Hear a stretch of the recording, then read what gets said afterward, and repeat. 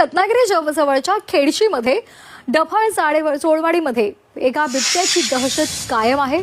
मध्यरात्रीच्या सुमारास बिबट्या पुन्हा एकदा वाडीमध्ये फिरताना ग्रामस्थांनी पाहिलाय आणि त्यामुळे त्यांच्यामध्ये आता भीती निर्माण झाली आहे। या बिबट्याचे दृश्य सीसीटीव्ही कॅमेऱ्यामध्ये तसंच ग्रामस्थांच्या मोबाईलमध्ये सुद्धा त्यांनी चित्रित केली आहे। या घटनेमुळे सध्या भीतीचं वातावरण आहे। केवळ 2 दिवसांपासून याच बिबट्यानं एका ग्रामस्थाच्या दारातून कुत्रा उचलून नेला होता आणि त्यामुळे आता तिथले ग्रामस्थ घाबरलेले आहेत। या बिबट्याचा लवकरात लवकर बंदोबस्त करावा अशी मागणी केली जाते।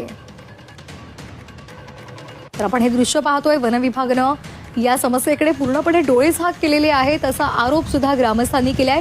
या बिबट्याला त्वरित पकडा आणि त्याला सुरक्षित स्थळी सोडा अशी मागणी आता ते करतायत।